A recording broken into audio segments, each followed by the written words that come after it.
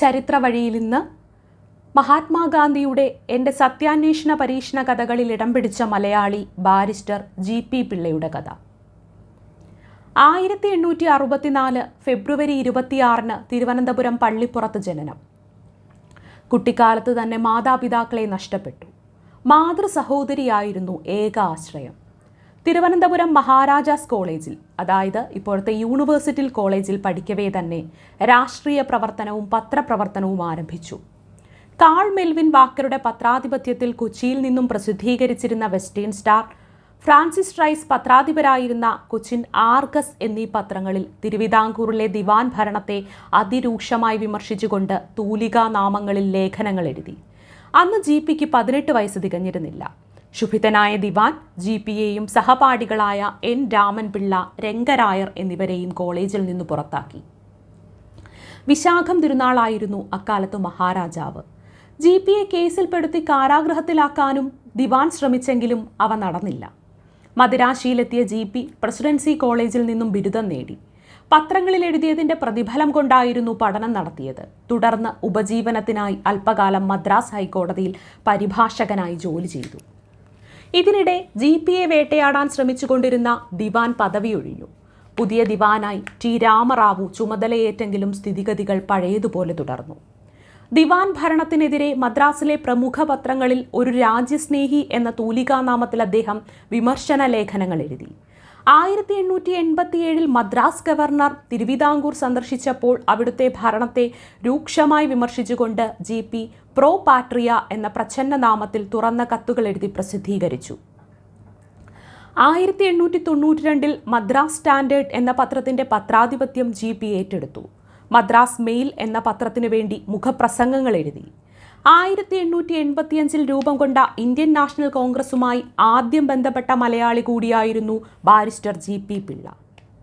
1889 ബോംബെയിൽ ചേർന്ന കോൺഗ്രസിന്റെ 5ാം സമ്മേളനത്തിൽ ജി.പി പങ്കെടുത്തു. 1894 മദ്രാസ് സമ്മേളനത്തിൽ അദ്ദേഹം കോൺഗ്രസിന്റെ സെക്രട്ടറിമാരിൽ ഒരാളായി മാറി. 2 പ്രാവശ്യം ആ പദവി വഹിച്ചു. കോൺഗ്രസ് ഭാരവാഹിയായ ആദ്യ തിരുവിതാംകൂറുകാരൻ കൂടിയായിരുന്നു ഇദ്ദേഹം. കോൺഗ്രസിന്റെ ദേശീയ നേതാക്കളായ ഫിറോസ് ഷാ മേത്ത, ബാലഗംഗാധര തിലകൻ, ദാദാഭായ് നവറോജി, ഗോഖലെ തുടങ്ങിയവരുമായി അടുത്ത ബന്ധം പുലർത്താൻ ജി.പിക്ക് സാധിച്ചു. അവർക്ക് ഏറ്റവും പ്രിയപ്പെട്ടവൻ കൂടിയായിരുന്നു ബാരിസ്റ്റർ ജി.പി. പിള്ള. അക്കാലത്ത് ഇന്ത്യയിൽ തീർത്തും അപ്രശസ്തനായിരുന്ന ഗാന്ധിജി, അദ്ദേഹം ദക്ഷിണാഫ്രിക്കയിൽ നടത്തിക്കൊണ്ടിരുന്ന പ്രക്ഷോഭങ്ങളെപ്പറ്റി അറിയാൻ ജി.പി അതീവ താൽപ്പര്യം പ്രകടിപ്പിച്ചു. ആ സമരങ്ങളെ ഇന്ത്യക്കാർക്ക് പരിചയപ്പെടുത്തി കൊടുക്കുന്നതിനും അദ്ദേഹം മുൻകൈയെടുത്തു. ഗാന്ധിജി ദക്ഷിണാഫ്രിക്കയിൽ നിന്ന് 1896 ഇന്ത്യയിലെത്തിയപ്പോൾ മദ്രാസിൽ വെച്ച് ഇരുവരും കണ്ടുമുട്ടി.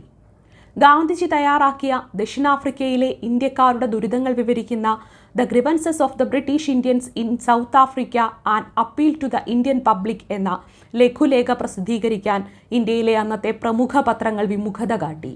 എന്നാൽ ജി.പി ആകട്ടെ തൻ്റെ പത്രത്തിൽ അത് പ്രസിദ്ധീകരിക്കുകയും യഥേഷ്ടം അതിലെഴുതാൻ ഗാന്ധിജിക്ക് അവസരം നൽകുകയും ചെയ്തു. ദക്ഷിണാഫ്രിക്കൻ പ്രശ്നത്തിൽ ജി.പി കാട്ടിയ സവിശേഷ താൽപ്പര്യം ഗാന്ധിജിയെ അത്ഭുതപ്പെടുത്തി.